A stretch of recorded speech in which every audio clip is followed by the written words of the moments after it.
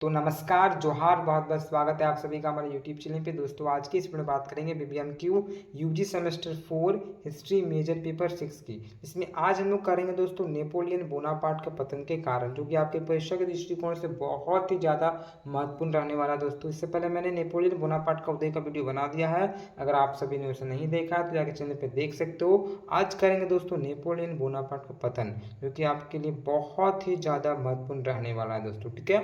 उससे पहले चैनल को सब्सक्राइब कर लें और अपने मित्रों को शेयर कर दें दोस्तों, ठीक है। जब तक आप लोग शेयर नहीं कीजिएगा तब तक मुझे मज़ा आता नहीं है। क्यों? क्योंकि देखिए, आप लोग शेयर कीजिएगा तो व्यू आएगा, व्यू आएगा तो मुझे वीडियो बनने का मन करेगा।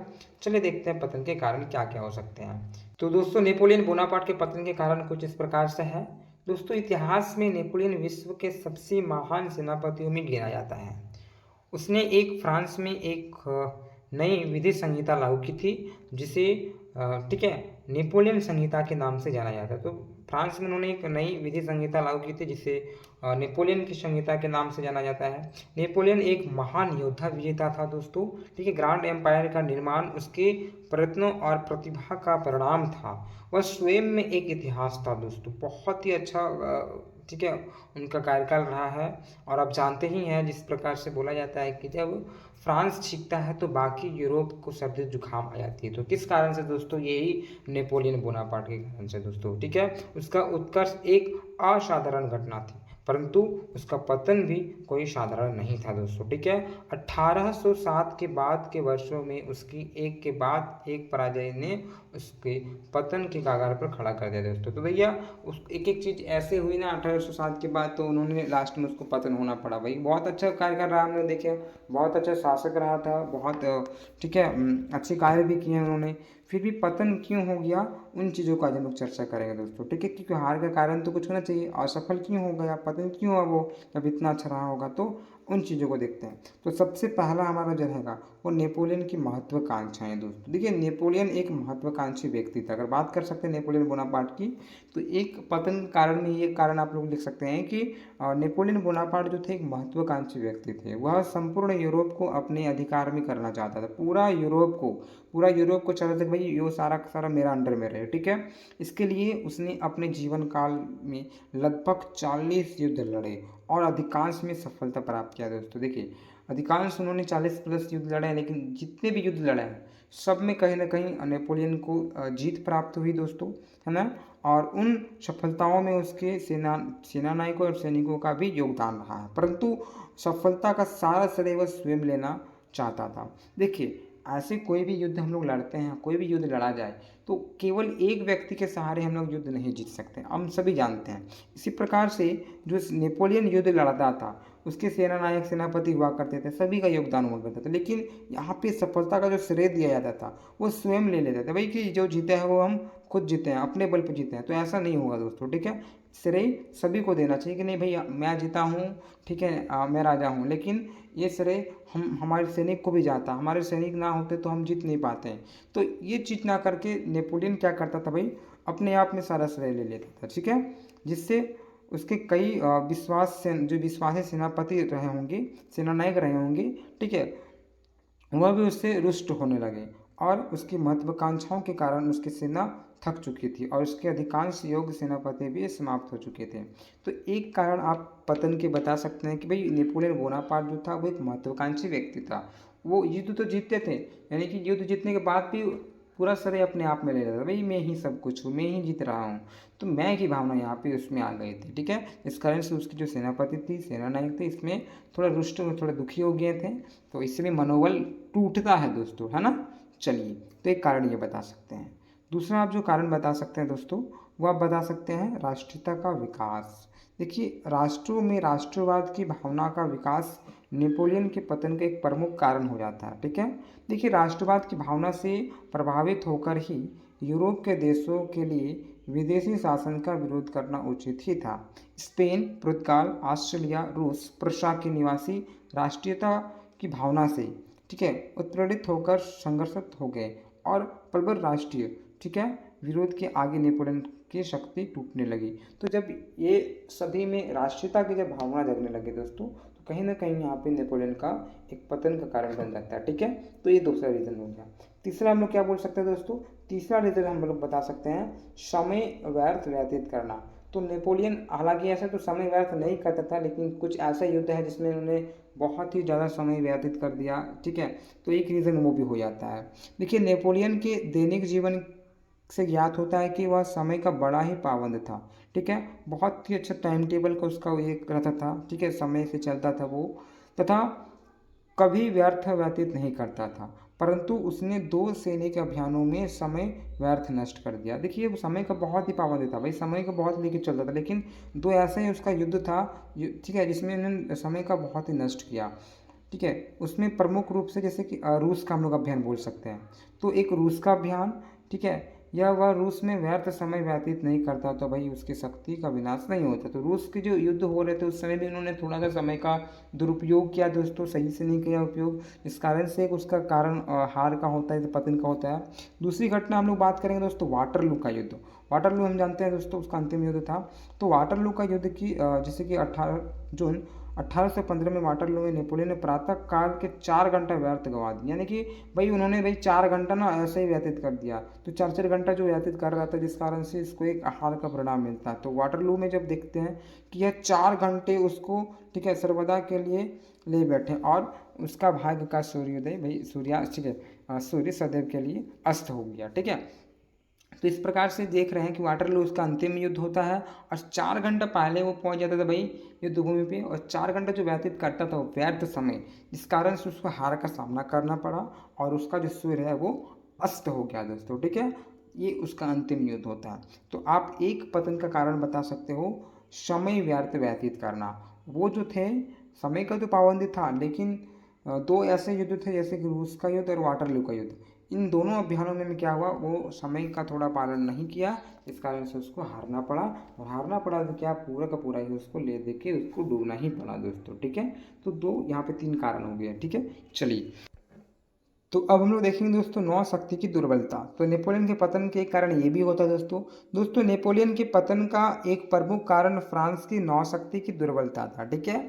उसने स्थल युद्ध में यूरोप के अधिकांश देशों को पराजित करके, ठीक है, करने में सफलता प्राप्त की, परंतु वह इंग्लैंड को पराजित करने में असफल रहा, यानी कि सफल नहीं हो पाया दोस्तों। देखिए, वो तो हालांकि पूरे यूरोप को जीतना चाहता था, पूरे यूरोप में अपना बोलबाला दिखाना चाहता था, लेकिन वो अधिकांश जो युद्ध हुए उसमें जीता, सफलता प्राप्त की, लेकिन वह जो इंग्लैंड से युद्ध करता है ना दोस्तों, इसको बहुत भारी पड़ जाता है। इंग्लैंड से वो लेना चला लोहा, भाई इंग्लैंड बहुत ही पावरफुल देश है, बहुत शक्तिशाली देश है, अब उससे वो चला था युद्ध करने।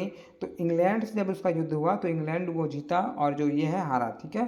तो उसको सफलता वहाँ से प्राप्त नहीं होती है।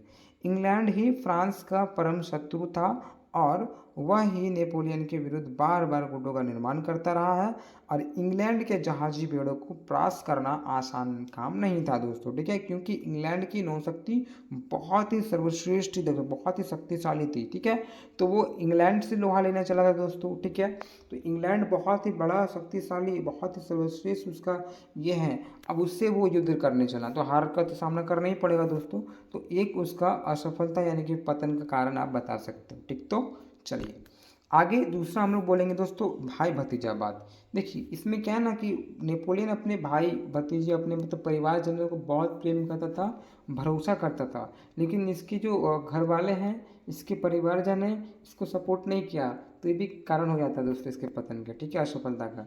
तो देखिए क्या है कि नेपोलियन का अपने संबंधियों के प्रति मोह भी उसके पतन का एक कारण हो जाता है, ठीक है। वह जितना उसके प्रति दयालु था, वे उसके प्रति उतना ही कृतज्ञ थे, यानी कि जितना अपना परिवार को वो मानता था, सपोर्ट करता था, जस्ट उल्टा उल्टा क्या हुआ कि भाई उसके जो परिवारजन थे उसको उतना सपोर्ट नहीं किया करते थे, है ना। नेपोलियन अपने भाइयों के व्यवहार से बहुत ही ज़्यादा दुखी थे दोस्तों, और 1810 में नेपोलियन ने मेटरनिक से एक बार, ठीक है, शिकायत की थी कि जितना लाभ मैंने अपने संबंधियों को पहुंचाया, ठीक है, उसी उसके, ठीक है, उससे कई अधिक हानि उन्होंने मुझ पर पहुँचाई। तो वो मेटरनिक को एक बार बोलता भी है 1810 में कि देखो, जितना मैंने अपने परिवारजनों की मदद की है ना, जितना मैंने अपने परिवार संबंधियों को लाभ पहुँचाया, उसका उल्टा मेरे संबंधी ने मुझे उतना ही हानि पहुँचाया दोस्तों, है ना। संकट के समय भी कभी संबंधी ने मेरा साथ नहीं दिया दोस्तों, लेकिन कभी सहायता नहीं की। तो ये मेटरनिक को ये सुनाता है कौन दोस्तों, वो नेपोलियन, ठीक है। तो एक कारण आप बता सकते हो भाई भतीजावाद, जितना संबंध उसका जितना इन्होंने सहयोग किया उतना अगर सहयोग कर दिए होते हैं तो ये होता नहीं, ठीक है। तो एक रीज़न आप ये भी बता सकते हो दोस्तों। चलिए तो अब बात करेंगे दोस्तों महाद्वीपीय व्यवस्था, जो कि बहुत ही ज़्यादा महत्वपूर्ण है दोस्तों इसके पतन के कारणों में से। दोस्तों नेपोलियन महाद्वीप, ठीक है, नेपोलियन महाद्वीप नीति इसके लिए आत्मघाती सिद्ध हुई। नेपोलियन ने इंग्लैंड को ठीक है परास्त करने के लिए एक ऐसी आर्थिक युद्ध का सहारा लिया जिससे वो इंग्लैंड का प्रबल प्रतिद्वंदी बन गया, जो उस समय विश्व का एक शक्तिशाली राष्ट्र था।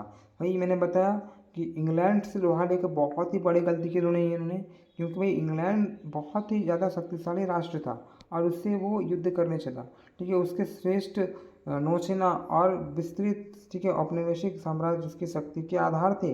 इसे नेपोलियन नहीं समझ सका था और ठीक है, और इसी कारण से नेपोलियन की महाद्वीपीय व्यवस्था असफल होती, ठीक है। यानी कि इनकी जो महाद्वीपीय व्यवस्था थी वो असफल होती भाई।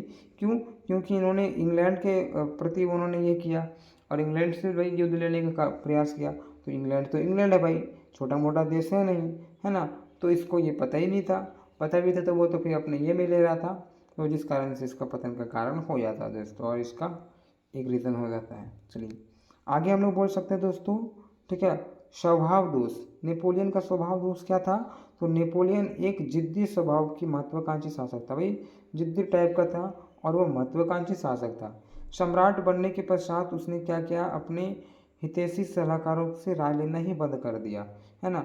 जो उसके सपोर्टर थे, जो उसके आसपास के लोग हुआ करते थे, जो उसको सलाह दिया करते थे, तो युद्ध में जब वो जीतने लगा, ठीक है, उसके हित में जो काम करते थे, तो बाद में उसी का बात सुनना बंद कर दिया ये, ठीक है। और वह स्वयं, ठीक है, द्वारा लिए गए निर्णय में ही सर्वश्रेष्ठ मानते थे भाई। अब वो स्वयं सारा कुछ करने लगे, निर्णय लेने लगे भाई, डिसीजन को जो भी करना है मैं बताऊंगा वही तुम लोग फॉलो करोगे, इस प्रकार से। और उन निर्णयों के, ठीक है, विपरीत किसी भी तरह से सलाह, ठीक है, को वह स्वीकार नहीं करते। वो जो भी निर्णायक लोग होते थे, जो भी उसको सलाह दिया करते थे, सलाहकार हुआ करते थे, वो लोग जो सलाह दिया करते थे वो इसको नहीं लिया करते थे दोस्तों, ठीक है। तो एक तो ये हो जाता था उसका स्वभाव दोस्त। तो भाई आप कुछ बता रहा तो आप उसको सुनिए, भले आप उसको ग्रहण करके उसका ये ना करें, लेकिन आप पहले सुनिए उसको, ठीक है, और जो चीज़ें अच्छी लगे वो करने का भी प्रयास कीजिए। ऐसा नहीं कि सब बार आप अच्छे हो, सब टाइम अच्छा हो आप, ऐसा नहीं हो सकता, ठीक है। थोड़ा सा आपका भी गलती हो सकता है। तो स्वभाव दोस्त एक कारण होता है भाई, ज़्यादा जीत लेना भी दिक्कत है। तो भाई जीत ही रहा था तो इसमें चेंजेस आ गए, थोड़ा बदलाव आ गया, तो एक कारण ये भी होता है। तो अब हम लोग देखेंगे दोस्तों निरंकुश सत्ता, है ना। देखिए नेपोलियन ने गणतंत्र का गला घोंट दिया, ठीक है, और निरंकुश राजतंत्र को पुनः प्रारंभ किया। उसने समाचार पत्रों पर कठिन नियंत्रण लगा दिया दोस्तों, और मजदूर संगठनों के बढ़ने पर रोक लगा दी। उसने उस स्वतंत्रता का गला घोंट दिया जो कि फ्रांसीसी, ठीक है, क्रांति में उद्भूत हुई थी। यानी कि भाई इन्होंने थोड़ा सा जो समाचार पत्र हो गई और फिर जो स्वतंत्रता फ्रांस की क्रांति से मिली थी उसके इन्होंने गला घोंट दिया। तो इस प्रकार से आप बोल सकते हो नेपोलियन के पतन के कारण, 3-4 कारण मैंने जो ऊपर बताया, जितना भी मैंने 7-8 बताया, सारे एक बार आप लोग देख लीजिए दोस्तों। पुनः वीडियो को प्रारंभ कीजिए और देखिए और लिख लीजिएगा ताकि आपको समस्या ना हो। चलिए नेपोलियन बोनापार्ट ने अपनी विजयों में क्या किया था भाई, यूरोप के राजनीतिक मानचित्र पर महत्वपूर्ण परिवर्तन कर दिया और यूरोपीय राज्य की सीमाओं में भी महत्वपूर्ण परिवर्तन ला दिया दोस्तों, ठीक है। इसलिए नेपोलियन जो है ना वो 1815 में जो वाटरलू का युद्ध होता है ना, वाटरलू युद्ध में उसको पराजित हुआ, और पराजय होने के बाद उन्होंने सेंट हेलेना द्वीप चला गया दोस्तों, ठीक है। और उसके बाद गद्दी पे जो बैठा वो लुई, ठीक है, लुई 18वां फ्रांस की गद्दी पर बैठ गया था दोस्तों, ठीक है। इस प्रकार से आप देख रहे हैं कि ये जो नेपोलियन बोनापार्ट का पतन वो हो जाता है दोस्तों, ठीक है। और नेपोलियन बोनापार्ट के ठीक है पतन के कारणों में, असफलता के कारणों में से कुछ इस प्रकार से था जो कि आपको मैंने बता दिया। आप वीडियो को पुनः एक बार देखें और एक एक करके बारी से चीज़ों को लिख सकते हैं और सुन सकते हैं दोस्तों, ठीक है। इसी प्रकार से मित्रों को शेयर करें, ठीक है। चैनल को सब्सक्राइब नहीं किया तो वो कर लें, और मुझसे जुड़ने के लिए आप मेरी टेलीग्राम ज्वाइन कर सकते हो, साथ ही साथ आप मुझे इंस्टा पे फॉलो कर सकते हो दोस्तों, ठीक है। YT निखिल रवानी इंस्टा ID है, लिंक मैं डाल देता हूँ, ठीक है। इसी प्रकार से दोस्तों मिलते हैं। जय हिंद, जय भारत।